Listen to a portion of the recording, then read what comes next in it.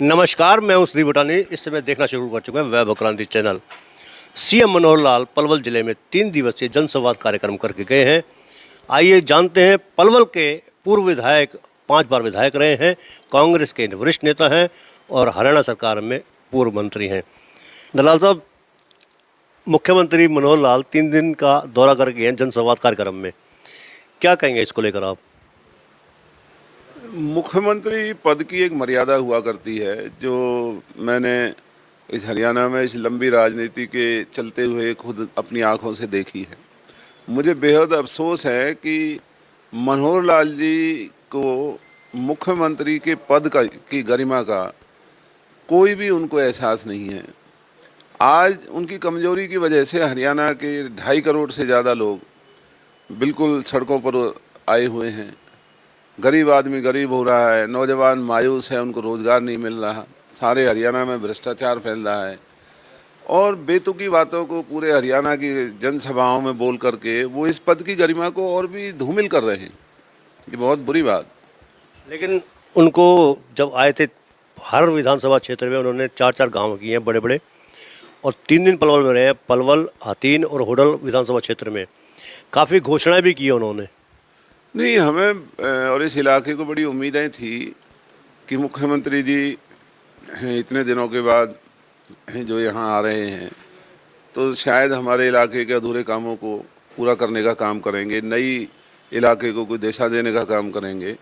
लेकिन बहुत ही अफसोस की बात है कि 3 दिवसीय दौरे में उन्होंने न केवल हमारे ज़िले के 36 बिरादरी के लोगों को शर्मिंदा किया, बल्कि भाजपा के विधायक, सांसद, भाजपा के जो पदाधिकारी हैं उनको मुख्यमंत्री के रवैये ने उनको शर्मिंदा किया। इस इलाके के जो मौजूद लोग भाजपा के पदाधिकारी हैं उनको नीचे बिठाकर पुलिस द्वारा धक्के लगवाने का काम किया। कोई भी जिम्मेवार व्यक्ति माइक लेकर बोलता था, सही बात कहता था, तो खुद मुख्यमंत्री कहते थे ये तो विपक्ष का आदमी है। तो ये एक मुख्यमंत्री को शोभा नहीं देता। जब आप आए हैं तो लोगों को बोलने का मौका दें, और वो लोग तो भाजपा के ही लोग थे, हमारे लोग थोड़े ही थे।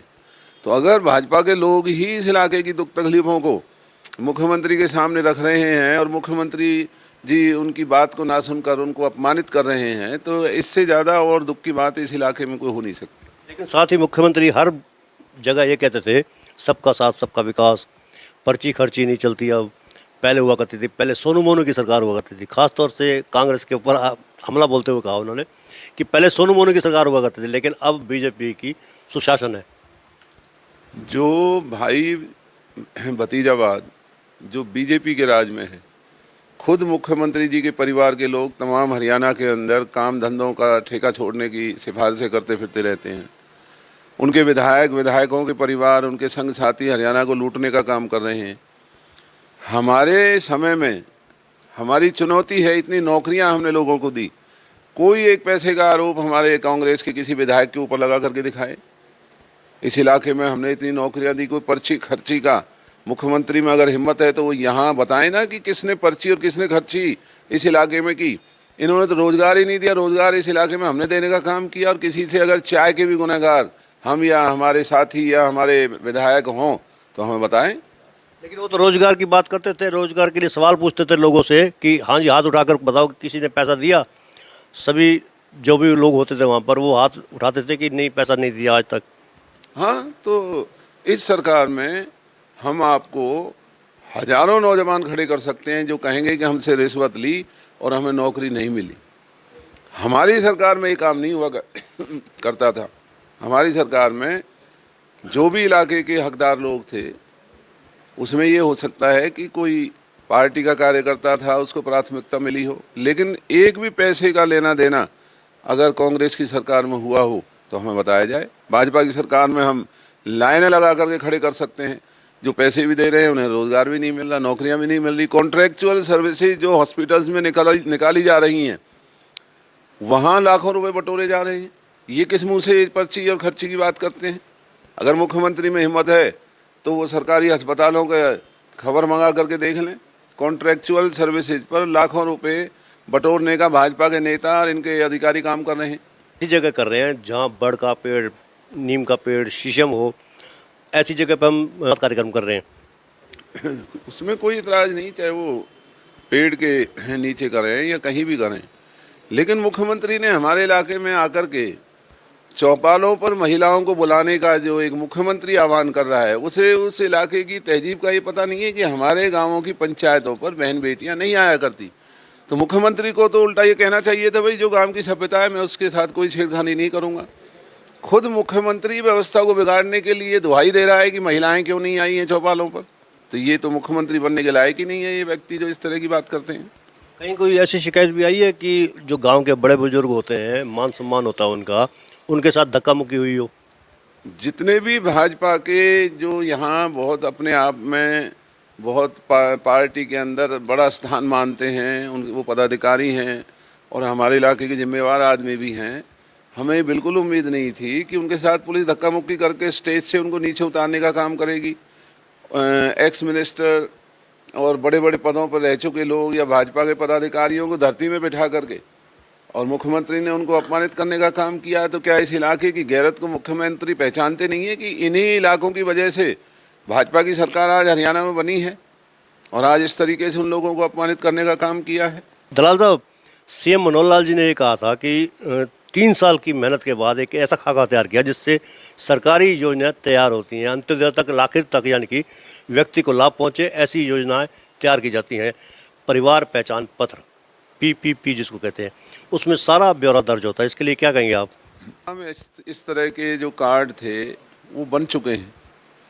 ये परिवार पहचान पत्र एक बहुत बड़ा ढकोसला है जिस पे अरबों खरबों रुपए सरकार खर्च करने लगी हुई है और परिवार पहचान पत्रों के नाम पर जो भ्रष्टाचार लूट मची हुई है, मुख्यमंत्री ने स्कीम लागू इसलिए की है जिससे कि अधिकारियों की जेबें भरते रहे, लोग धक्के खाते रहें और अधिकारियों को रिश्वत देने का काम जारी रहे।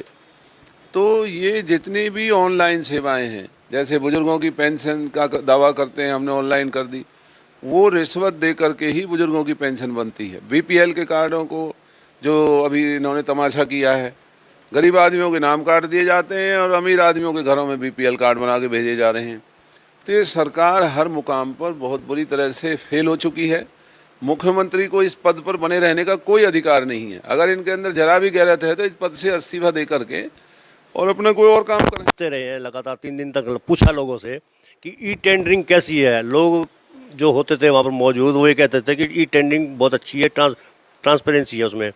तो साथ में फिर ये सीएम सवाल करते थे, फिर वो विरोध क्यों कर रहे हैं? जो लोग विरोध कर रहे हैं, तो गांव वाले जो खड़े हो जाते थे वो ये कहते थे कि चुनाव में पैसा खर्च किया है तो चुनाव में पैसा निकालना है, उन्होंने खर्च निकालने के लिए ई-टेंडरिंग का विरोध कर रहे हैं। ये कि जो फरीदाबाद कॉरपोरेशन में 300 करोड़ रुपए का घोटाला हुआ है ई-टेंडरिंग से, तो उस 300 करोड़ रुपए के घोटाले में जिन अधिकारियों के नाम आए, नेताओं का तो नाम ही नहीं आने दे रहे मुख्यमंत्री जी। तो उसमें करें ना पहले कार्रवाई उनके खिलाफ। अगर ई-टेंडरिंग इतना बढ़िया है तो पहले तो उनके खिलाफ कार्रवाई करके दिखाएं। और जो सरपंचों के ऊपर इस तरह से सीधा आरोप लगाना, हर सरपंच बेईमान नहीं हो सकता है उनमें कुछ गलत भी हो, अगर वो गलती करें उनके खिलाफ कार्रवाई करो, कौन रोकता है।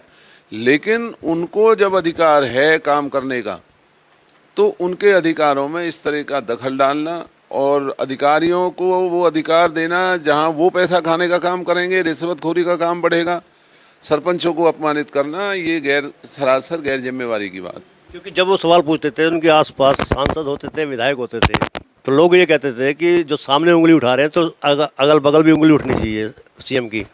भाई शक के दायरे में तो विधायक और सांसद भी आते हैं, मंत्री भी आते हैं। क्यों नहीं?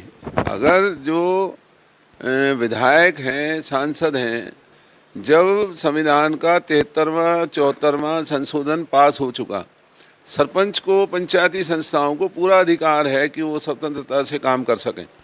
तो राज्य सरकार कौन होती है उनके इस तरह के नियम बनाने वाली कि यहाँ इतने का टेंडर होगा, इतने का? सरपंचों को, पंचायत संस्थाओं को करने दें। इस इलाके के लोगों को 200 रुपये का पास बनाने की राहत प्रदान करवाया था। और अगर ये सरकार इस पास के साथ कोई छेड़खानी करती है बिना किसी वजह के, तो हम ये बात बिल्कुल भी बर्दाश्त नहीं करेंगे। अभी आपने जैसे कहा कि जो मान अपमान हुआ है चौपालों में, महिलाओं को बुलाकर भी किया है, तो उस हर इलाके में विधायक भी थे, सांसद भी थे, तो क्या कहना चाहेंगे इनके लिए आप?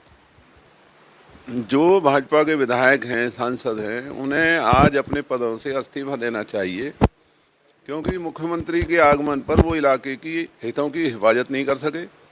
मुख्यमंत्री और उनके अधिकारियों ने जगह जगह यहाँ के लोगों को अपमानित किया, भाजपा के लोगों को। यहाँ के लोगों को जो हमारी ज़रूरतें थी उनके ऊपर कोई ध्यान नहीं दिया गया। और जिन सरपंचों ने गांवों में मुख्यमंत्री आगमन पर इतना पैसा खर्च किया, उस पैसे के लिए भी सरकार ने उनकी कोई भरपाई नहीं की है कि गांव में कम से कम कोई विकास कार्यों के लिए घोषणा करके जाते। जैसा मुझे बताया, मुख्यमंत्री जी अगले वर्ष के लिए कह के गए हैं, तो अगले वर्ष में तो लोकसभा का चुनाव हो जाएगा, ये रहेंगे या नहीं रहेंगे इस बात को कौन जानता है। अभी केंद्रीय मंत्री कृष्णपाल गुर्जर को आपके गांव किटवाड़ी में एलानिया चैलेंज करके गए हैं और ये भी कह के गए हैं कि जो काम करते हैं वो बातें बनाते हैं, जो बातें बनाते हैं वो काम नहीं करते हैं। सीधा सीधा इशारा आपके ऊपर था कि आपकी लोकसभा की जो दावेदारी है उसको उन्होंने कहा कि ये भी देख लेंगे, अब चुनाव होगा तो देख लेंगे, पहले तो टिकट की बात है। सबसे पहले टिकट अगर मिलती है तो ठीक है, नहीं तो हम चुनाव में उनको बता देंगे।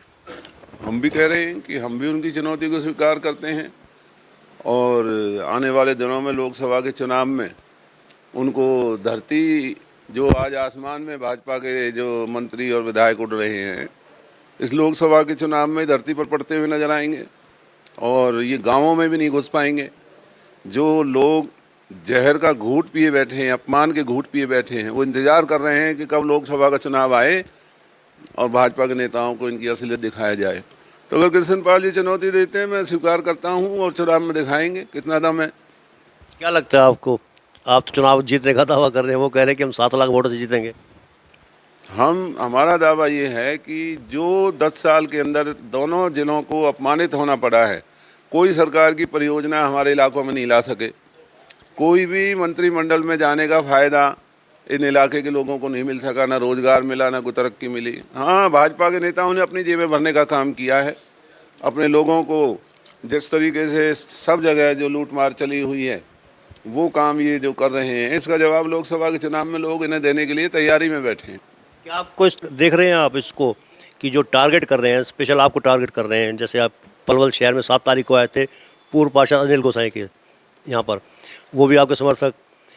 9 तारीख को आए थे पूर्व पार्षद करमबीर दलाल के यहाँ, वो भी आपके समर्थक रहे हैं।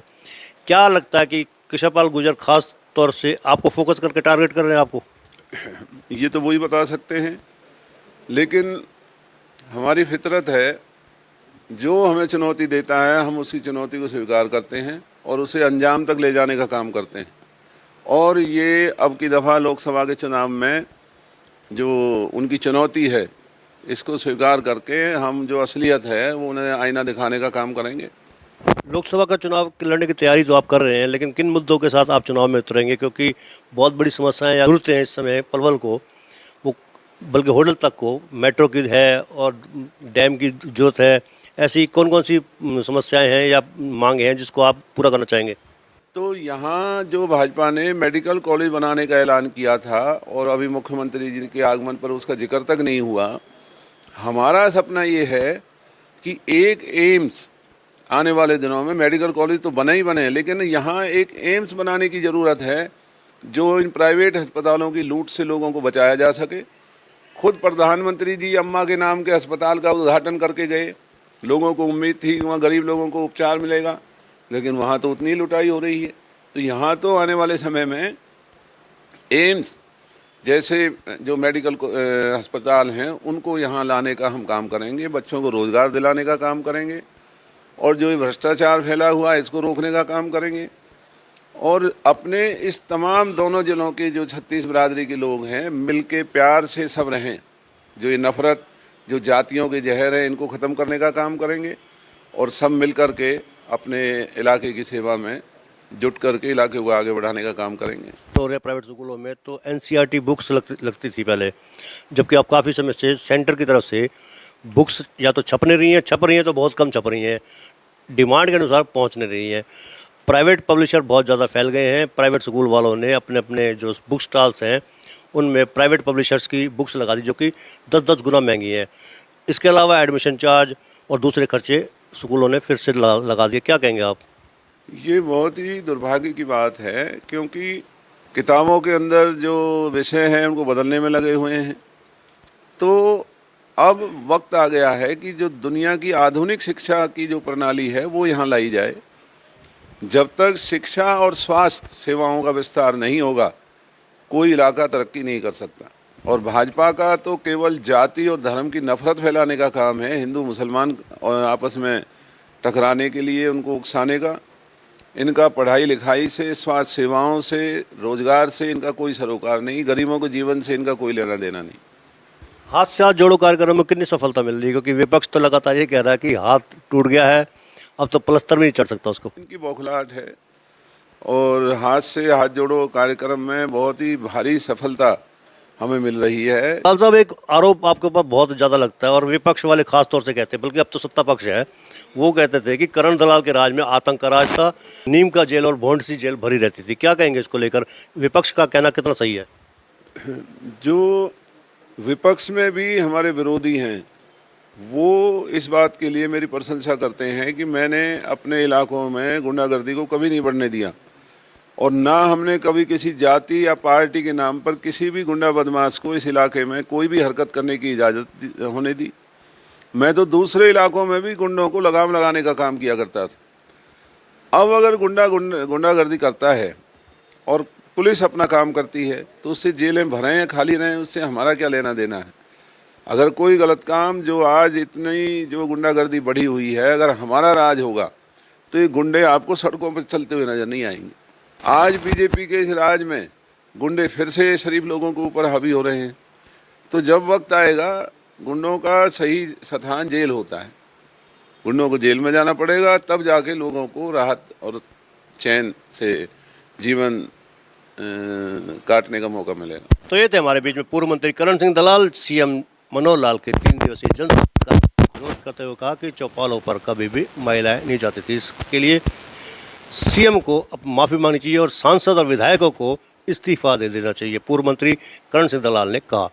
जो आप देख रहे हैं यूट्यूब चैनल, इसको आप लाइक करें, सब्सक्राइब करें, कमेंट बॉक्स में जाकर एक प्रतिक्रिया दें, इस लिंक को ज़्यादा से ज़्यादा शेयर भी कर दीजिए। वोकल फॉर लोकल के लिए आपकी उंगलियों का चलना बहुत जरूरी है। धन्यवाद। जय हिंद, जय भारत।